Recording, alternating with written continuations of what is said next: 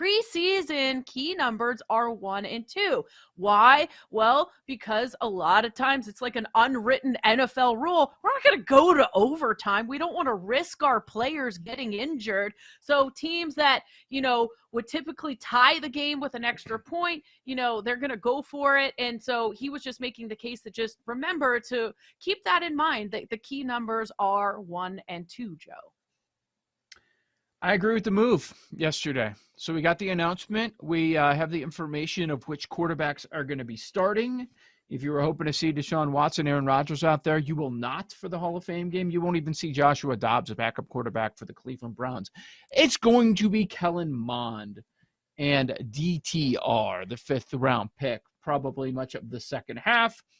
And your starter for the Jets will be Zach Wilson, and I'm assuming he brought Tim Boyle too. I forgot about that guy. He's probably not going to play much this year. But you have the move of to the Jets as 2-point favorites, and I get it, right? Isn't this advantage Jets without knowing all of the other players when you look at Wilson and Boyle versus Mond and DTR? Maybe. Yeah, quite possibly. Yeah. I mean, when you're looking at bets and handles, certainly they're backing Jets minus 1.5 here. 53% of the bets are with Jets minus 1.5. The handle is 59% as far as that direction is concerned. I don't necessarily have a play on the side here because, again, you're within 2. So, what are we doing here? But in terms of preseason games, I know we always love looking at the total. Here it is, 33.5. And at what point are we going to see some insanely low totals where it is the most prudent thing to take the over here? I don't think it's this game. I actually think the under has some real value here. It's pretty much all over the board, to be honest with you. We had one guy, our top guy in the Circa Million last year. He's actually from Illinois, from central Illinois.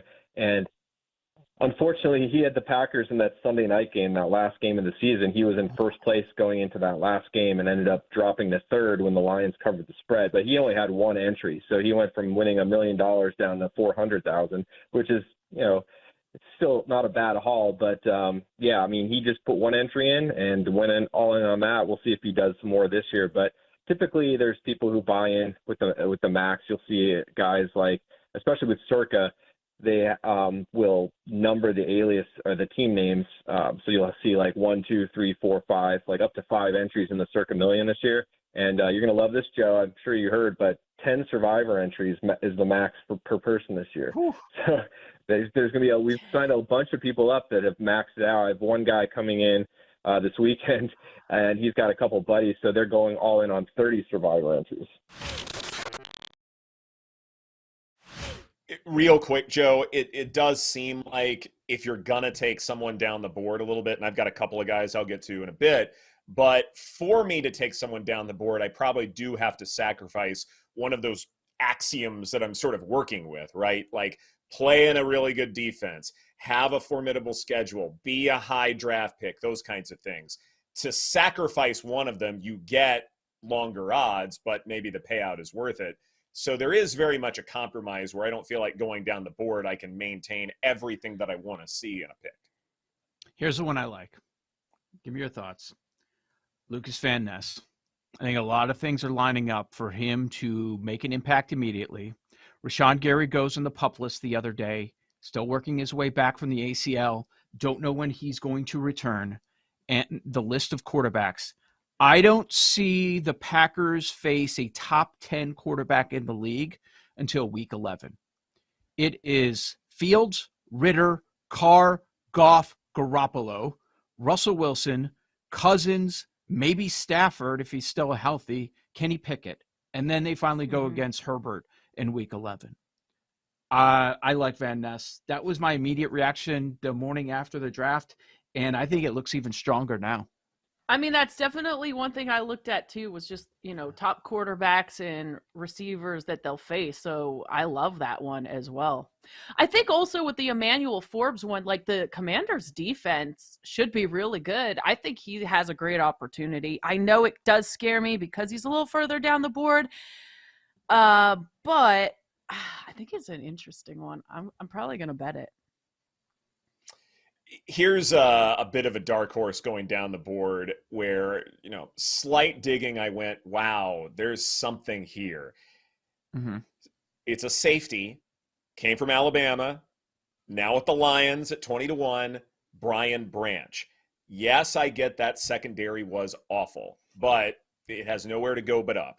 Defenses have more variance from one season to the next. Branch will get playing time, and some believe that the Lions will be using more 3 safety looks, which means Branch will get a good bit more playing time. So if that's the case, he's going to have more opportunities. Joe, you mentioned the NFC North potentially being bereft of outstanding quarterback play. I think Branch at 20-1 has a real chance here. Okay. All right, number 3 for me. I'm going to go with the Diamondbacks. They acquired Paul Sewald from the Mariners, adding to their bullpen. I thought that was a good move for Arizona. Jace Peterson, he's a good defender. Tommy Pham. So I'll give them the 3rd spot. Number 2, you'll appreciate this one, Ed. I came around full circle. It started to feel like Shohei Ohtani was going to stay. No. You had convinced me about a month ago that he would. And then once they decided he was going to stay, they decided to go all in. So I have the Angels at number 2. Lucas Giolito, Ronaldo Lopez, CJ Chronic. Shut up, Jay. I mean, they got a handful of guys. So I also think, like, if Ohtani does end up leaving, like at the end of the season or whatever, like, they're all in now. They realize that, and they're gonna have to tear things down and rebuild once he does leave eventually. Had to throw that in there. Wow. But yeah, I had to give them the number 2. Had to give them the number 2 spot. When he leaves. And number 1. The same as Joe. I got the Rangers. They were able to land Max Scherzer, Jordan Montgomery. Chris Stratton is a solid reliever for them.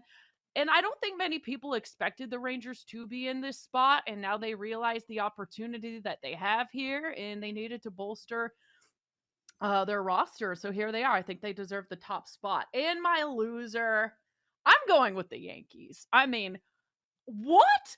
The New York Yankees doing nothing, basically? I think it's crazy. It's insane to me. I guess they're like, oh, Aaron Judge isn't the guy he was last year. We're just going to do nothing and throw in the towel for the season. It was just weird. So, yeah, they're the losers for me. Yeah, generally when I'm looking to forecast betting futures, I'm trying to find teams that are going to avoid the best team. Basically, like you want to plan a path for a team who could get to the World Series while somebody else potentially eliminates the best team for them. And, you basically want to be in the half of the bracket that could avoid the Braves, essentially, in the National League, and looking for a team like last year with the Padres, who I thought had a chance to make a run. And I still think this year as well, the Padres are the one value team in the National League in terms of making the playoffs.